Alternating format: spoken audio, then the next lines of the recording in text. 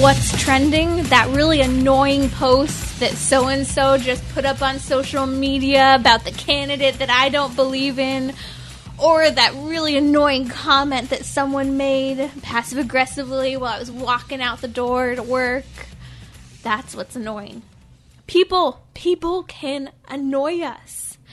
And when I think of people annoying us, one of the great saints who gives us an incredible example for how to get over ourselves and get connected with other people and to just kind of let go of those petty little things that annoy us is St. Therese of Lisieux. You have to love those Carmelite sisters, because whether it's St. Therese of Lisieux or St. Therese of Avila talking about hope, they really do push us to put our faith in God, to let go of the petty things that annoy us. Remember that 6 of the corporal works of mercy is to bear wrongs patiently. Okay, today's the day to bear wrongs patiently. A corporal work of mercy. Get it in, make it happen, let go, stop overthinking all of those elements of the things that annoy you about this other person.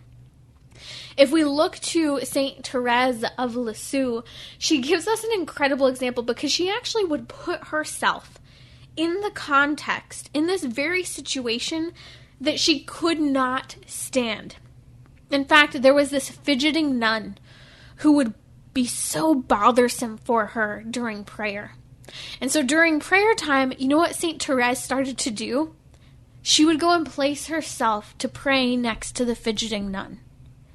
And she comments about how you have no idea how much this tried me. However, she still did it because it was an opportunity of growth for her to love that person before herself, but also to choose God rather than choosing to be annoyed perpetually by that person. I could be reminded of this, especially we're coming up on Christmas and Christmas Mass. And one of the most difficult things for me at Christmas and Easter Mass are all the people who are CEO Catholics or just happen to come and everyone's talking in the church when we're waiting for Mass to start. It can be horrible. The talking can be so loud, and I just want to shush everyone in the room. And yes, sometimes I do. I mean, just at a certain point, I have been that person on occasion. I fully admit it. But at a certain point, not only is the chatter just killing me, but the types of things that are being discussed in the church, I went, oh, my Lanta, we cannot do this. And so I need to work on this. I need to look at the saint, St. Therese of Lisieux, and what she says. She puts herself next to the fidgeting nun that distracts her during prayer so that she can choose an even deeper way to love Christ and to love that person next to her. St. Paul in Colossians chapter 3 talks about how we're God's chosen ones, and so we must clothe ourselves with this. Listen, compassion, kindness, humility, meekness, and patience. How do you find compassion for someone who you radically disagree with?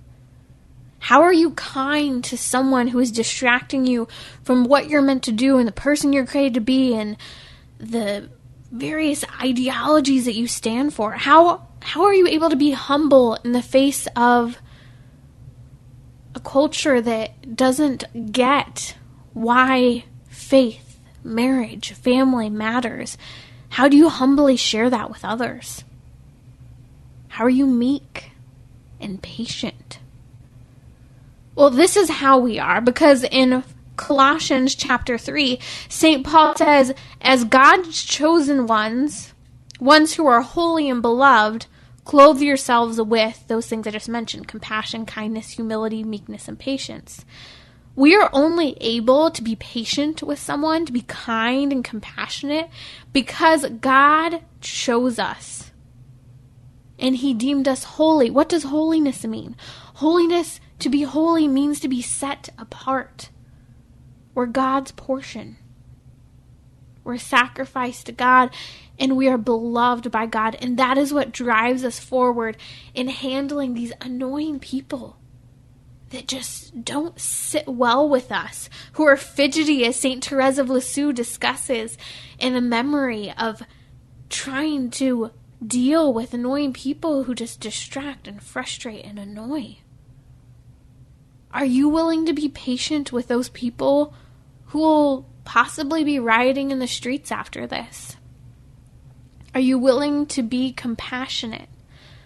There was that story earlier this year of a church where they actually discovered who one of the people was that had vandalized the church, and he came back later and he actually apologized to the church. He apologized, and I think he might have even left a donation, and he wrote this letter about how he was drunk, he just did something stupid, and he asked for forgiveness. And I thought it was really awesome because the church proceeded to then go ahead and respond by posting his letter of apology online, but also said, "We'd love for you to come to our church. You are welcome here." This is a type of compassion, humility, kindness, and patience that we are called to have even with those people who radically disagree with us and are setting examples in the culture that we might not agree with, that doesn't jive with our faith. But our compassion, our response can truly bring that hope into their lives that they so desperately need.